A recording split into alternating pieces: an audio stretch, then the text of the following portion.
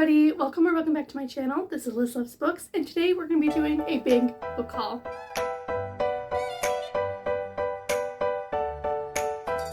This is Lore Olympus Volume 8 by Rachel Smythe. This is, of course, we have Volume 8 of Lore Olympus by Rachel Smythe. Now, this is a continuous series that's still coming out. These are the Barnes & Noble exclusive editions.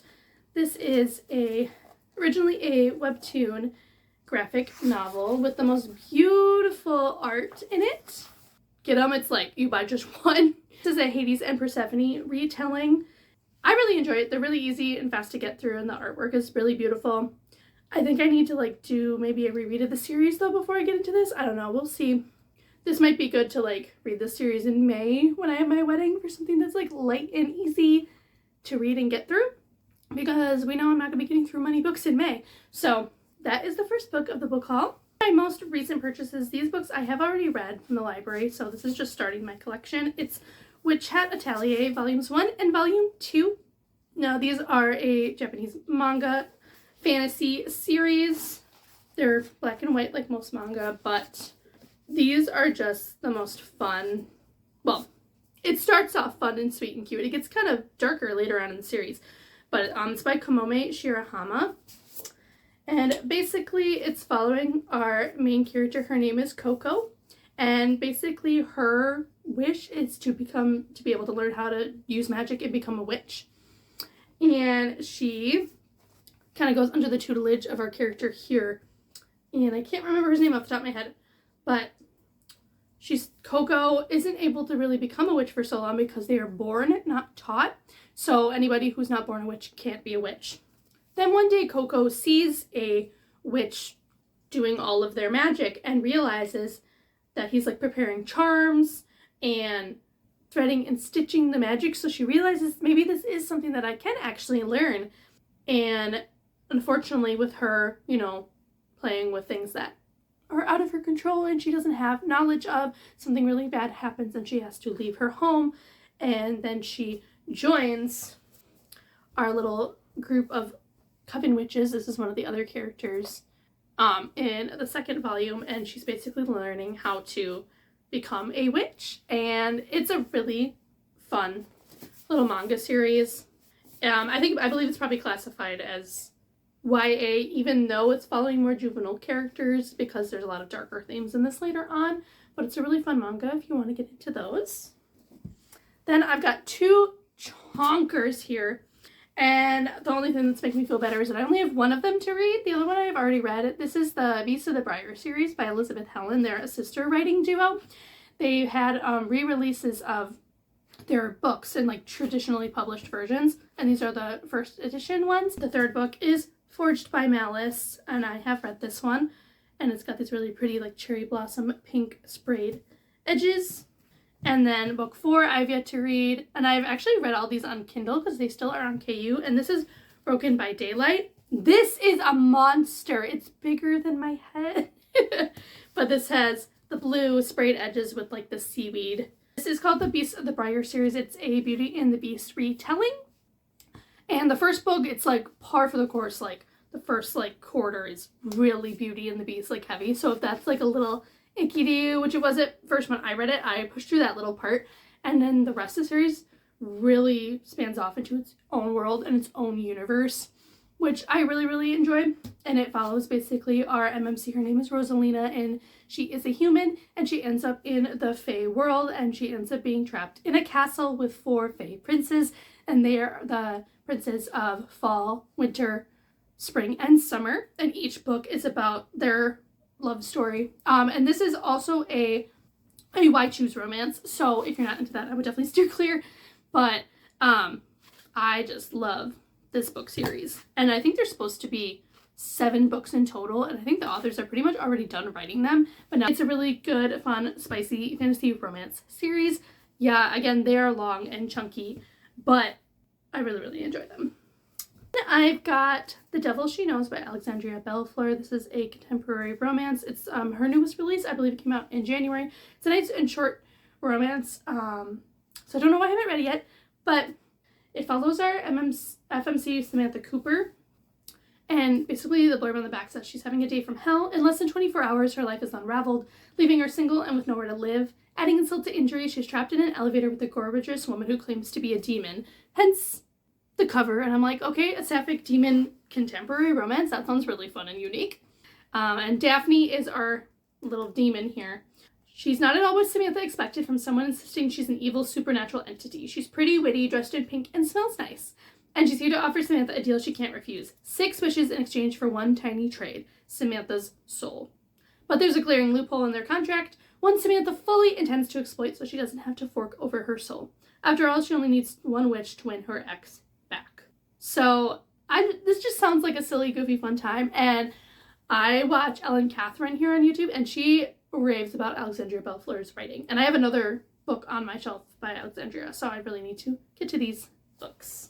And then I also got Magnolia Parks The Long Way Home by Jessa Hastings. This was the final book that I needed to complete the series. I have read the first 2 books in this series. This is a continuation of Magnolia's story, so I'm not going to read the blurb on the back just yet, but they're nice and floppy, so they're really easy to read. And then if you're wanting something that's like easy to read but has a lot of drama, rich people drama specifically, these are really rich, privileged 20-something-year-olds in England. And Jessa's writing is really unique and different than most authors' writings that I've read. I've read the first book in the Sparrow Fall series by Catherine Cowles. It's called Fragile Sanctuary. I had gotten it, I think, from Barnes & Noble or maybe Half Price Books at one point, and I really, really enjoyed it. It's a romantic suspense series, and so I was like, I need to get the rest of the books while they have the new re-released sprayed edge editions, and so I got the rest of the books. This is the rest of the series, and these are just absolutely stunning. So in order, it goes Fragile Sanctuary, then we have Delicate Escape, Broken Harbor, Beautiful Exile, Chasing Shelter, and the last book that just came out recently, Secret Haven. It's a romantic suspense contemporary romance series, and it's kind of an interconnected standalone romance series, so it follows various siblings and friends and characters in each of the books and their romance, but also with that romantic suspense subplot in between, which I found I really, really like in a romance. So I am really excited to continue on my Catherine Cowles journey. And also, speaking of Catherine, she has another series that was just released, the first book. It's called the Starlight Grove series, and that's Across the Vanishing Sky.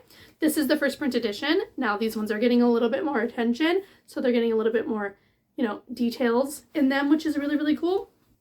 And I am part of Catherine Cowles' street team on Instagram, so I get to see a lot of early access things and promote the books and everything. So it was really fun to promote this book. It's Catherine Cowles' year for me, apparently. Now we're going to go to a book that I've actually read, and that is Before I Let Go by Kennedy Ryan, book 1 in the Skyland series.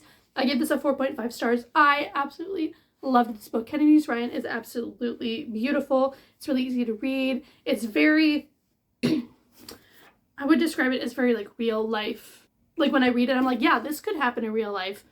And I had never read anything by Kennedy Ryan before either, so I was like, okay, I've heard so many people recommend this, and so I need to get the next 2 and then they're connected standalone series, a romance series again as well.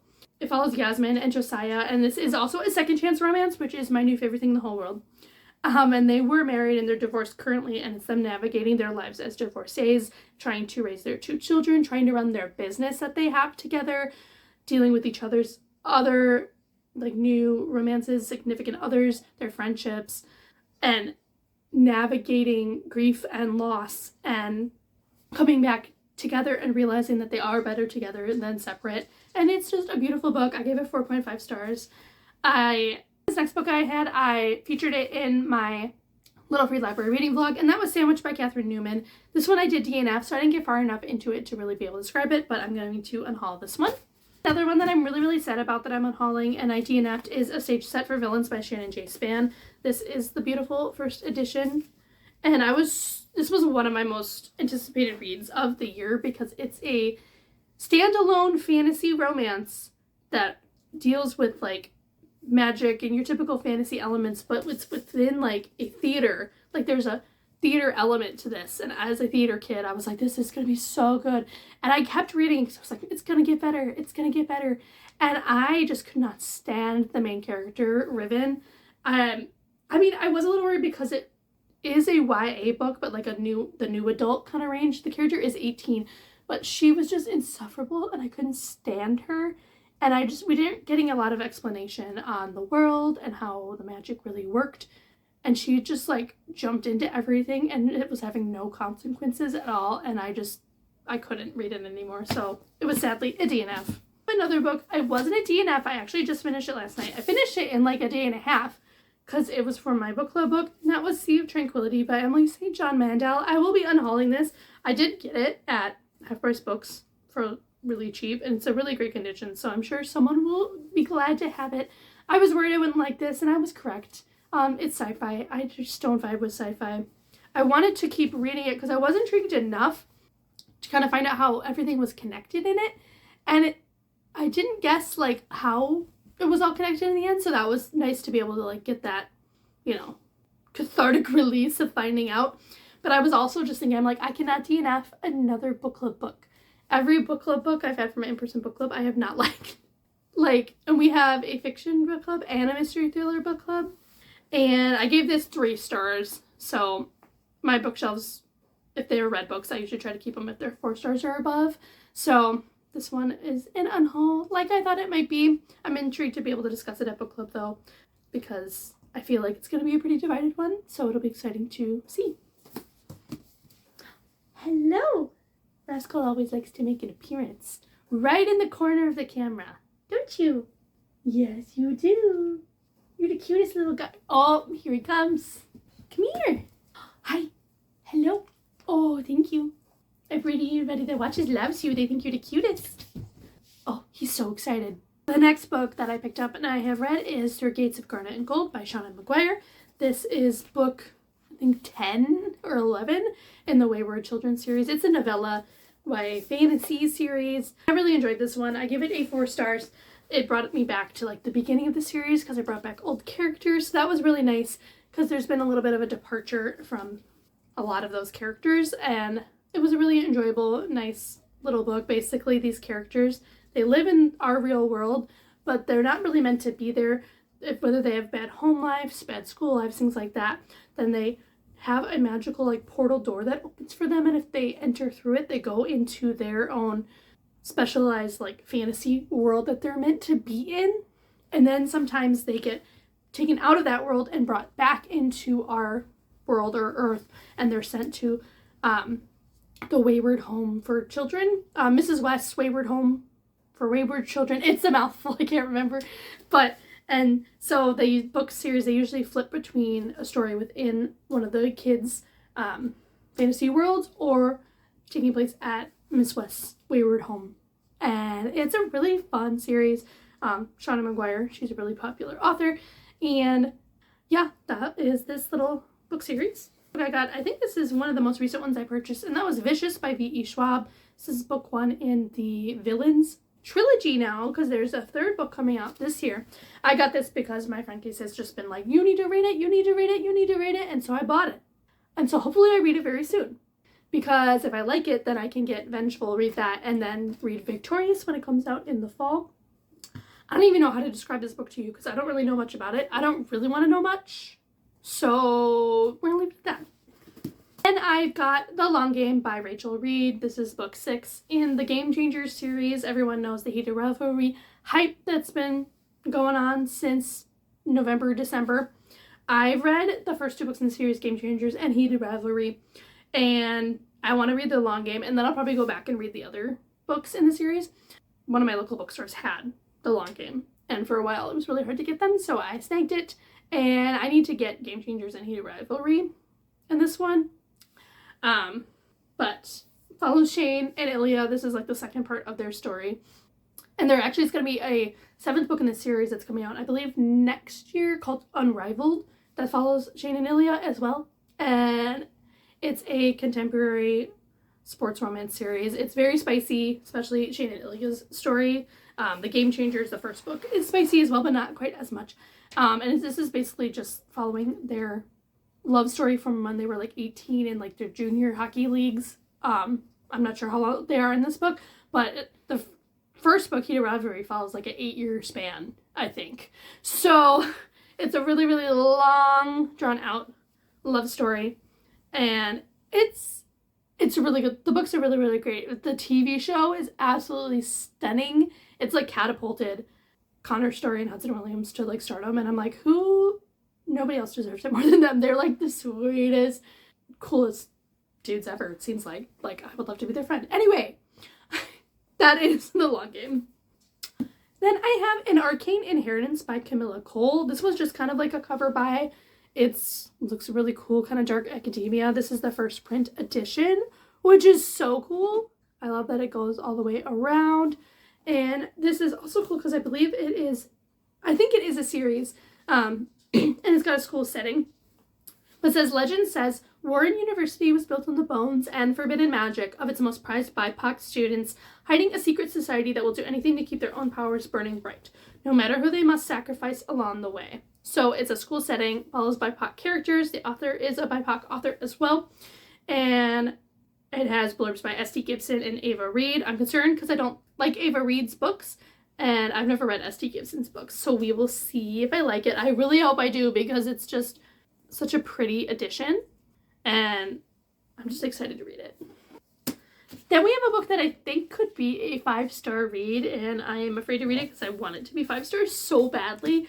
And that is This Book Made Me Think of You by Libby Page. This is a contemporary fiction book, and it's basically following our main character. Her name is Tilly Nightingale, and she receives a call from an owner of a local bookstore in her town that she has a package to pick up from there. That's from her husband. What is his name? Her husband, Joe.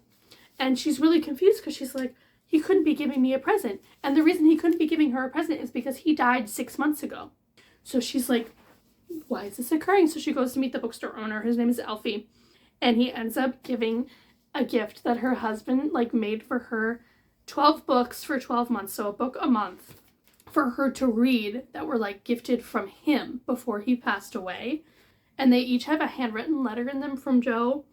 And it's to help her like turn the pages on like the first year that she's like without him. And I'm like, the fact that I'm getting like married this year, I think is what's really like stabbing me. It's just because like, I feel like I'm gonna cry reading this, but like a good cry.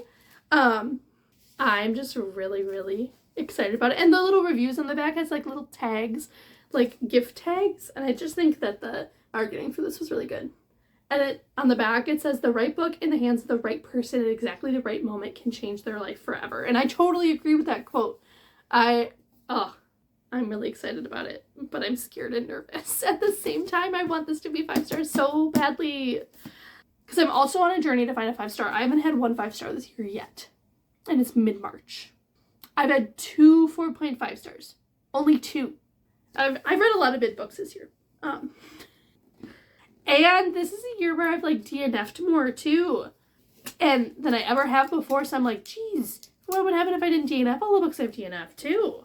So pray for me that this is a 5-star. 2 more books left. These are a book box books. I am now a subscriber to Allurial Book Box.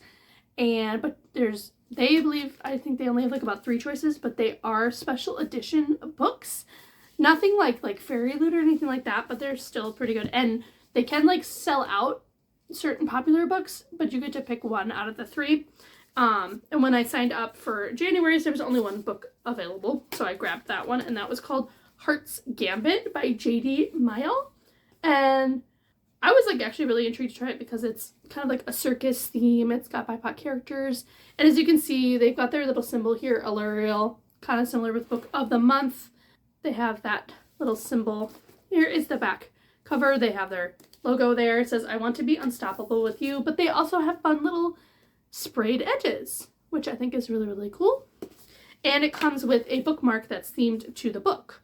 So you've got like what's on the cover, and it says Allurial a little bit. And then on the other side, it says the tropes. So this one says enemies to lovers, forbidden love, second chance love. I believe for sure it's going to be Second Chance of Forbidden. Looking at this, them like smiling, I don't think it's going to be Enemies to Lovers. I doubt that, but that's okay. Oh, and they also have fun end papers as well, and I believe they're the same on each side. Yes. But this is an author I've never read from before. The author is right here. And it says she's the co-chair of Drexel University's MFA Alumni Association and a publishing and library professional. She has a podcast.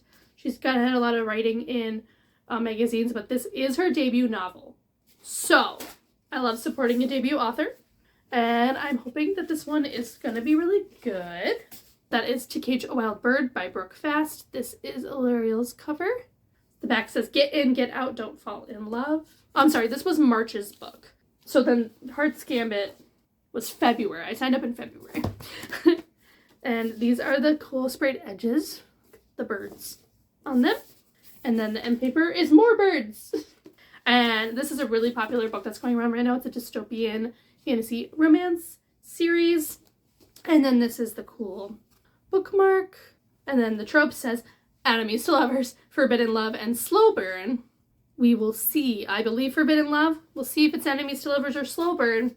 Because when they say it's Slow Burn, it's usually never Slow Burn. Because this is a series. Slow Burn, I would say, there's no kissing.